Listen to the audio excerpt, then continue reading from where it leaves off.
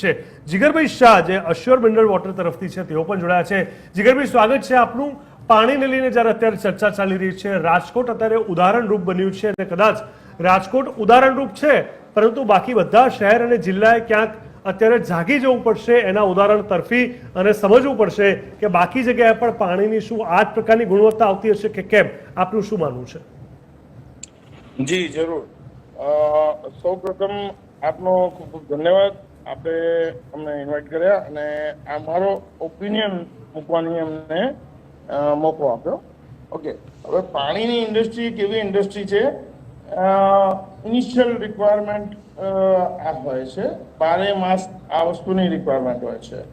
Constant એમાં quality conscious અને educated manufacture અગર હોય અને અગર એ પૂરી જાણકારી, નોલેજ, સંસાધન રિક્વાયરમેન્ટ પ્રમાણે અગર એ કામ કરે છે એઝ પર નોર્મ્સ, સરકારી નોર્મ્સ પ્રમાણે BIS સર્ટિફિકેટ્સ, FSI સર્ટિફિકેટ આ બધાની રિક્વાયરમેન્ટ હોય છે આની અંદર, અને એને રિલેટેડ ફેક્ટરીમાં લેબોરેટરીઝ વગેરે સેટઅપ કરવા પડે છે અને પાણી માર્કેટમાં મોકલતા પ્રથમ એમાં જે બી કંઈ ટેસ્ટિંગ વગેરે બધા માઇક્રોબાયોલોજીકલ ટેસ્ટ, કેમિકલ ટેસ્ટ આ બધા ટેસ્ટ કરવા પડે છે।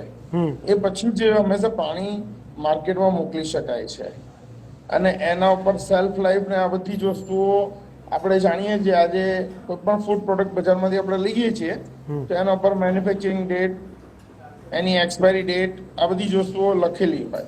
જ્યારે પાણી એક એવી પ્રોડક્ટ છે જેના ઉપર આપણે આ બધી વસ્તુઓ બાબતે ગ્રાહક વર્ગ અગર સજાગ થાય તો મેન્યુફેક્ચર જાતે જ સજાગ થઈ જશે।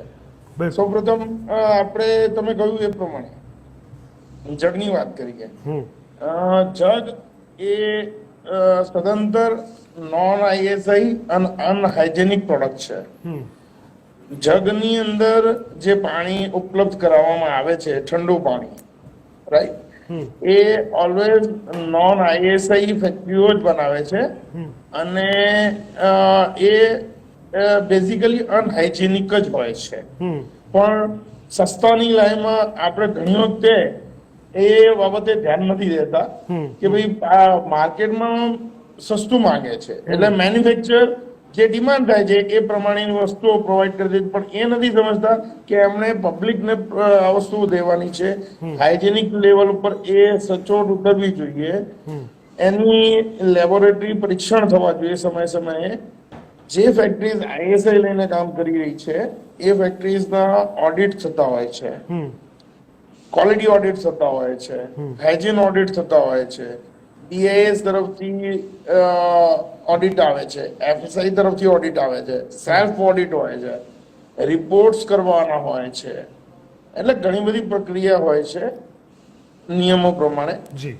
અને આ રીતના જે જગને આ બધું સપ્લાય કરે છે એ જે એમ કહેવાય ને કે પાનના ગલ્લાની જેમ નીકળી પડ્યા છે। આ કોઈ પણ ધારા, ધોરણો, નિયમો, નીતિ નિયમોમાં નથી આવી રહ્યા। આ લોકો ફક્ત ને ફક્ત ડિમાન્ડ અને સપ્લાય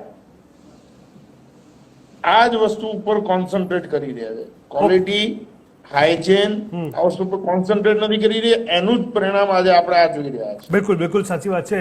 ડૉક્ટર મીના વ્યાસ પટેલ, આપનું પણ ખૂબ ખૂબ સ્વાગત છે અહીંયા। મીરાબેન, અહીંયા જે ચર્ચા થઈ, રાજકોટમાં અલગ અલગ સેમ્પલ લેવામાં આવ્યા, લગભગ 20માંથી 17 જેટલા સેમ્પલ ફેલ થયા। હવે સવાલ એ થાય છે, જે રીતે આપણે દારૂબંધીમાં કહેતા હોઈએ છીએ કે આટલું પકડાયું પણ એન્ટર કેમ થયું? જો દારૂબંધી હતી, સવાલ ત્યાં થયો તો આટલી બધી જગ્યાએ આટલી ખોટા પ્રકારના પાણી જ્યારે પહોંચી જાય છે, હજારો લાખો લીટરમાં લોકો ગટગટાવી જાય છે અને પછી જો તપાસમાં આવે છે ને ત્યારે અમુક લોકો એમાંથી બહાર આવી જાય છે, તો એ પ્રોસેસમાં ક્યાં આપણું તંત્ર ફેલ થઈ રહ્યું છે વહીવટી ધોરણે? શું એની પ્રોપર એક સિસ્ટમ ન હોવી જોઈએ?